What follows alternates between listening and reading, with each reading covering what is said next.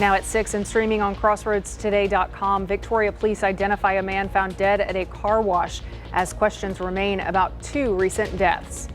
Flu season is fast approaching. What health officials say you can do now to stay protected. And big changes may be coming to TikTok, how a new deal between the U.S. and China could determine the app's future in our country. We had a few little afternoon showers rolling through the area, one of them right through Victoria. Now tomorrow we have a better chance, and then Wednesday we actually have a cold front. We'll be talking about that coming up. And who will be our game of the week here in week 5? Find out later on in sports. You're watching 25 News Now at 6. Good evening and thank you for joining us. I'm Shauna Curry. And I'm Don Brubaker. Authorities have identified the couple killed in Saturday night's plane crash just north of Louise. They were 62-year-old Michael McCoy, a retired U.S. Air Force Lieutenant Colonel, and his wife Heather, both from Fair Oaks Ranch near San Antonio. The Wharton County Sheriff's Office says the couple was flying a vintage T6 Texan when it went down. They were pronounced dead at the scene. Loved ones say the two shared not only a long marriage, but also a deep passion for aviation. And Victoria police have identified the man found dead late Friday night at a car wash on Houston Highway. Around 11 o'clock, a passing driver saw someone on the ground leaning against a wall and called it in. Officers say the man, 34-year-old John Simpson of Victoria, was already dead when they arrived. An autopsy will be done to figure out what caused his death. The day before, 46-year-old Benny Morales was found dead in a parking lot on East North Street, less than a mile away. Police say it does not appear the 2 deaths are related in any way. It's that time of year to think about the vaccines you might need as we head into fall and winter. David Gonzalez with the Victoria County Public Health Department says flu cases are expected to be high this season, especially the H1N1 and H3N2 strains. The CDC recommends an annual flu vaccination for everyone 6 months and older. To stay ahead of the flu, the County Health Department will soon be offering vaccines to the public. So we'll have flu vaccine coming available in about 2 weeks on Tuesdays and Thursdays here at the health department for the general public. We'll be offering those to both adolescents as well as adults, and those will be available here in the nursing division. The health department will offer flu shots for adults and children 6 months and older for $40. For ages 65 and older, the high-dose vaccine will be available for $75 and are Medicaid eligible. Here's your viewer poll today. What's the main factor in your decision about the flu shot?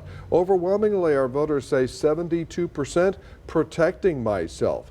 The only other one in double digits is kind of contrary to protecting myself. 23% say, I don't believe it's necessary. We thank you for voting and we want to hear from you. Come to crossroadstoday.com/vote to take part. We'll have the latest results after Monday Night Football. Corey Roy, a music artist from Palacios, will compete in the finale for America's Got Talent, airing tomorrow night at 9 on NBC. To get the full details, come to crossroadstoday.com. One person was killed as severe storms collapsed walls, overturned RVs and semis in North Texas. Severe thunderstorms pushed through Denton County Sunday. The National Weather Service says first indications are that straight-line wind caused the damage, not a tornado. The storm overturned 3 tractor trailers on northbound Interstate 35 east of Sanger. Reports are 5 RVs flipped in the storm. A woman who was critically injured and transported to a Denton hospital later died. Fall officially started at 1:19 this afternoon. Shortly after that, some people got rain. Yeah, well, it's still not sweater weather though. Not at all, not at all. Let's go to Mac Perez for a look at what we can expect this week. Mac. Thank you very much. You're absolutely right. Today is the first official day of fall. It's the autumnal equinox. We have equal night and equal day. In other words, both are about 12 hours long. But no, it doesn't feel like fall at all. Now, we did have a few little showers around the city today. Some people got lucky and got rain at their house. Some people didn't. But tomorrow, this shower activity, which is caused by the sea breeze, will be a little bit stronger. And then we're waiting for the big frontal system that's coming down from the north. It's not that one. It's that one. That one is going to be rolling through with better rain chance on Wednesday. And we'll have all that coming up in a moment. Back to you. Jimmy Kimmel's show is returning to ABC tomorrow night. Jimmy Kimmel Live was pulled last week after his monologue about the MAGA movement's response to Charlie Kirk's assassination grew criticism. Federal Communications Commission Chair Brendan Carr and affiliate networks threatened action, prompting ABC to suspend the show. Disney, which owns ABC, said the decision was meant to cool tensions after they said they felt Kimmel's comments were poorly timed. After discussions with Kimmel, the network cleared the return. The suspension sparked national debate about government interference and free speech. New details are coming out on the U.S.-China framework deal to save TikTok. The White House says the app will be controlled by a majority of American investors and a U.S.-based board. Oracle will oversee a copy of TikTok's algorithm to meet U.S. and Chinese regulations. ABC's Melissa Adan has more. Big changes are coming to the popular social media app TikTok in an effort between the United States and China to save TikTok's U.S. operation. The White House today unveiling new details surrounding what it calls a framework deal, in which TikTok will be owned by a majority of American investors and controlled by a board of directors with national security and cybersecurity backgrounds. In partnership with the U.S. government, Oracle will serve as TikTok's trusted security provider, and they will independently monitor the safety and data security of all U.S. user data on TikTok's platform. The White House adds a copy of the algorithm will be brought into the U.S. joint venture and overseen by Oracle to comply with American and Chinese laws. Americans' data will be stored securely in the United States without access from China. All U.S. user data will be stored on servers operated by Oracle in the United States, protected from surveillance or interference by foreign adversaries. Tech experts call that recommendation algorithm TikTok's secret sauce and what makes the app so addictive. On Sunday, Fox News Channel's The Sunday Briefing, President Trump dropping names of billionaires who could possibly take part in the TikTok deal. A tremendous amount of money. Billions? Oh, I'd rather have them, they're very well-known people, and Larry Ellison's one of them. He's involved. He's a great guy. Michael Dell is involved. I hate to tell you this, but a man named Lachlan is involved. The president is expected to sign an executive order later this week declaring the deal meets America's national security needs and pauses the ban or sale law by another 120 days to complete the deal. Melissa Adan, ABC News, Los Angeles. NASA introduced the 10 Americans who will make up the 2025 astronaut candidate class at a Johnson Space Center event in Houston today. These 10 candidates made it through a process that had more than 8,000 applicants from across the country. The candidates will go into a 2-year training program before becoming eligible for flight assignments. NASA continues to plan for the Artemis II mission that will send astronauts to orbit the moon, followed by a planned moon landing with the Artemis III mission, and then a trip to Mars. That would be something interesting to get picked for sure. That's right. Well, remember to subscribe to our YouTube channel, Crossroads Today. Hit the like button and click the notification bell. Stay with us. Coming up on 25 News Now at 6, the White House is pushing back against questions about Justice Department independence. Plus, the Supreme Court is taking up a case that could redefine how much power the president has over independent agencies.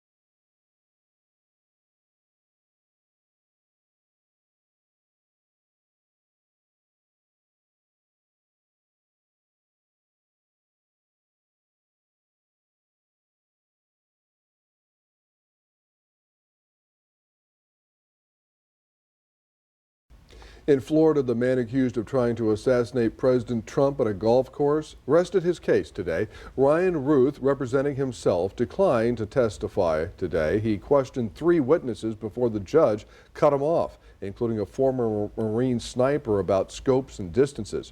A reporter in court said Ruth may have been trying to argue he had a shot at Trump but did not take it. He also questioned character witnesses, with many questions ruled irrelevant. Prosecutors claim Ruth once put a bounty on Trump and sought heavy weapons. It's unclear when closing arguments will begin. The White House today is responding to allegations that the president is trying to weaponize the Department of Justice against people seen as political enemies. In recent days, President Trump has called on Attorney General Pam Bondi to prosecute certain adversaries, despite investigations into them ending with no charges filed. ABC's Christian Cordero has the details from Washington. Today, the White House is pushing back against concerns that President Trump is compromising the Justice Department's independence after the president publicly pressured Attorney General Pam Bondi to prosecute those he sees as political enemies. The president is fulfilling his promise to restore a Department of Justice that demands accountability. And it is not weaponizing the Department of Justice to demand accountability for those who weaponized the Department of Justice. In a social media post addressed to Pam over the weekend, Trump wrote, "Nothing is being done and justice must be served now," singling out people he is often accused of treating him unfairly, including Senator Adam Schiff, former FBI Director James Comey, and New York Attorney General Letitia James. Last week, Trump forced out a top federal prosecutor who spent months investigating Letitia James for alleged mortgage fraud, but filed no charges. Sources tell ABC News the investigation produced no evidence to support the case. Bondi has not acknowledged the president's latest efforts. During her confirmation hearings in January, Bondi insisted she would follow the law. I will not politicize that office. I will not target people simply because of their political affiliation. Trump's pressure on the DOJ comes as ABC News has learned the department closed an investigation into border czar Tom Homan, who, prior to the president's second term, was allegedly caught in an FBI sting taking a $50,000 bribe in exchange for promising to help secure government contracts if then-candidate Trump won the 2024 election. That's the kind of thing that does speak to a two-track system of justice that is anything but just. Homan has not responded to ABC News' request for comment. The White House and the president stand by Tom Homan 100% because he did absolutely nothing wrong. Despite Trump's focus on pressuring the nation's top prosecutors, prosecutors at every level can't act alone. They need to present evidence to a grand jury or a judge in order to bring charges forward, and in most cases, a jury, to get a conviction. Christian Cordero, ABC News, Washington. The U.S. Supreme Court will decide if President Trump acted lawfully when he fired members of independent federal agencies to assert more control. The justices are weighing whether to overturn a Roosevelt-era precedent that lets Congress protect those agencies from presidential influence. Trump, now in his second term, has pushed to limit their independence. The case before the court involves the Federal Trade Commission, where Rebecca Kelly Slaughter, a member since 2018, could be temporarily removed while the case is heard. Kansas authorities are investigating multiple reports of cattle thefts. Ranchers report nearly 60 head of cattle were stolen. That cattle has a value of at least $120,000. Carolina Laura reports. A small Kansas community is on high alert. The trust around here has been broken. It comes after multiple reports of cattle thefts in the area. Johnny Showalter says she's a fourth-generation rancher. She says last week she had 10 calves stolen from one of her pastures. The mamas are still there. Mama cows are hard bagged, wanting their babies, and they're nowhere to be found. Bob Cook says the same thing happened to him. Friday morning, I drive by my pens, and there's cattle still locked up in my pens from where somebody had penned them that night and stole about 10 head. The Cowley County Sheriff's Office says it's investigating 2 separate incidents of cattle theft that took place on September 12 and 16. It says about 30 head of cattle have been reported stolen, but ranchers say it's been more than that. Since August, first part of August, right around probably a 10-mile radius of Atlanta, there's been about 60 head stolen, which equals out to be about minimum of $120,000 for the cattle that somebody's stealing from us.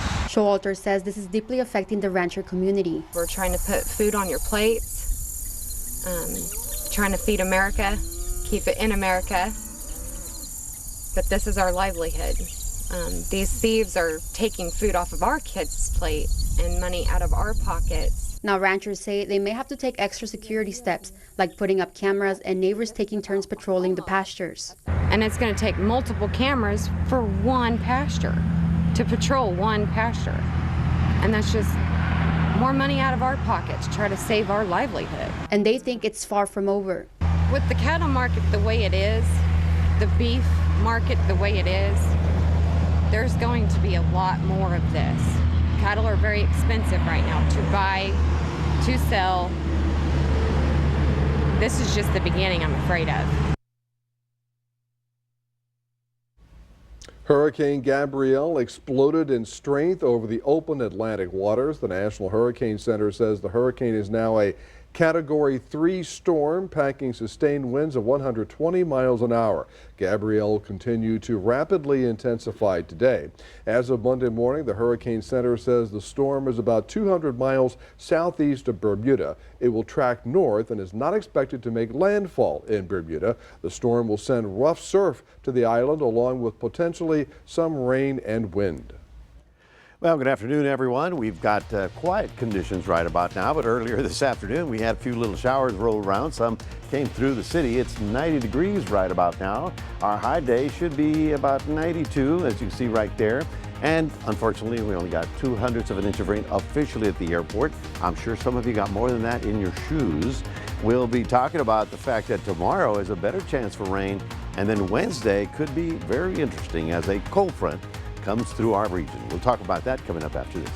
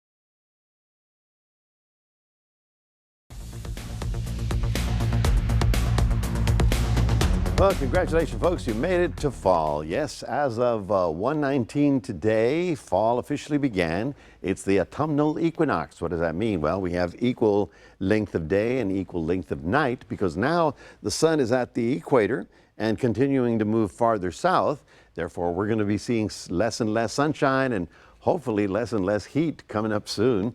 Of course, the heating of the afternoon gave us a shot at that little shower activity you saw develop over the region. Nothing significant or severe, and certainly it was nice to have a little light rain shower activity. But now it's not this one, it's this one. This is a frontal system that looks like it's going to make it all the way down into the crossroads. It's not going to be, you know, a huge cold front, but it is going to be a little nicer weather behind it. And as it comes through, we'll probably see a little bit heavier rain.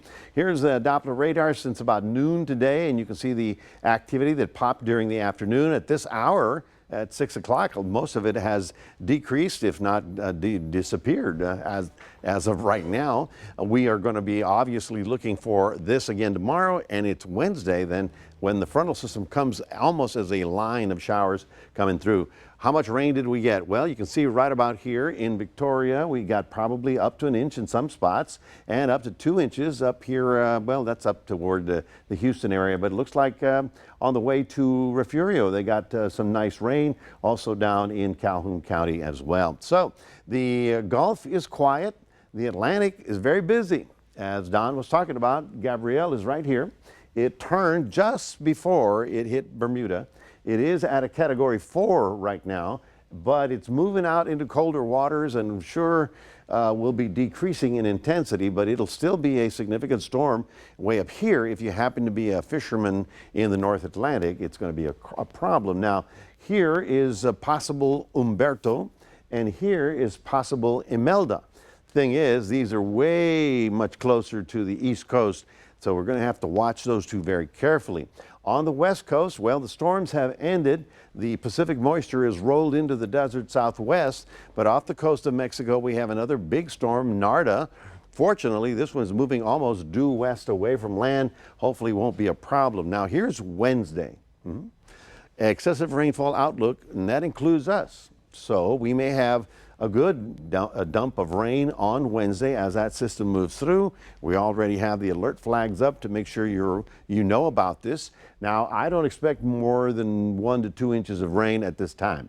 However, because if it all falls at one time, we may get a little bit of flooding. Here's Future Tracker, and you can see the rain band right there coming from Dallas all the way to Midland, and then it rolls down into the crossroads, and there you are.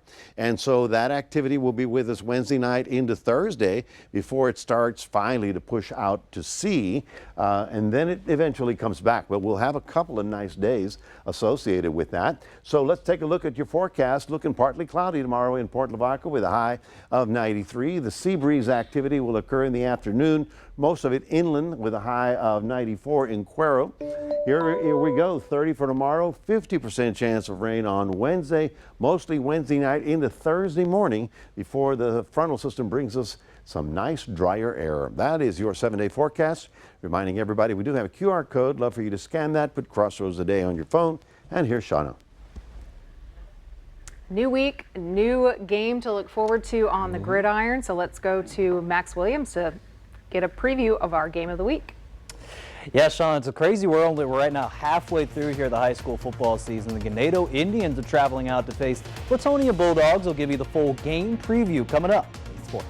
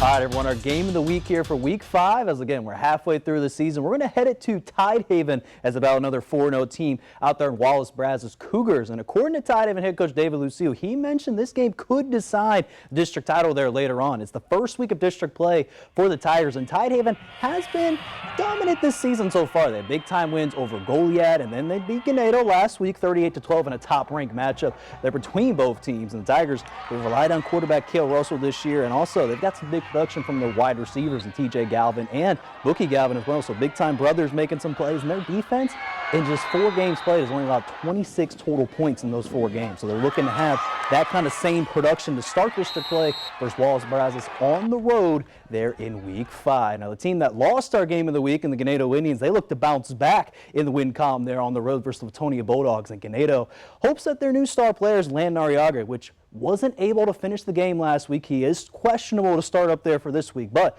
also a couple other players that did get banged up as well as their top running back Logan Burrs and wide receiver Austin Pena. Pennsylvania, but they look to make some big time plays, and they're right now at the moment still projected to be playing here this Friday versus Flatonia to start up their district play. And again, for this team, they've given up more than 20 points the past 2 games on the defensive side. Their defense is looking to kind of turn the page starting district play. And again, for Josh Irvin, this team is, again, we remember they were champions last year. They know they can turn the page going into district play. Now, 2 of those games I mentioned here in this week's viewer poll, where I asked everyone, which game are you looking forward to here in week 5? I mentioned Ganado Flatonia, Edna versus Orange Grove, they're Tidehaven versus Brazos, or Belton versus Cuero, or just an other. And right now, it's kind of a mixture between other and Ganado and Flatonia. And right now, I'm going to figure out kind of who you thought else were there. We're going to see a little from the comments later on to see what we're going to say about that. But Ganado Flatonia will be a matchup to watch out for. But Belton and Cuero is another one I think could be close here this well in week 5. So we'll kind of highlight more of those games throughout later in the week. How about some cross-country action where the St. Joseph Flyers junior high and high school teams had a great showing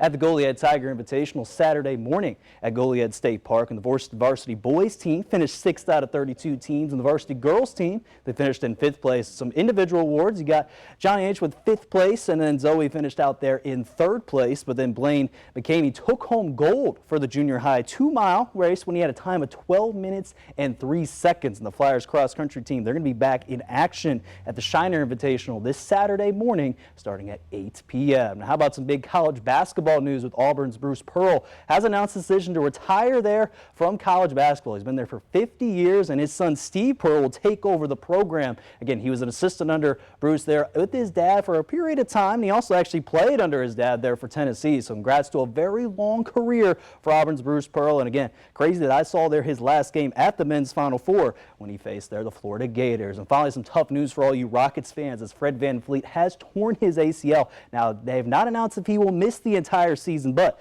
with a torn ACL, it is very likely that he will probably miss the entire season. He suffered this in a recent off-season workout, and this will kind of affect the Rockets the entire season because they opened the season versus last year's NBA champions in the Oklahoma City Thunder on October 21st at 6:30 p.m. on NBC. And that's going to do it here in sports. Don, Shauna, back to you.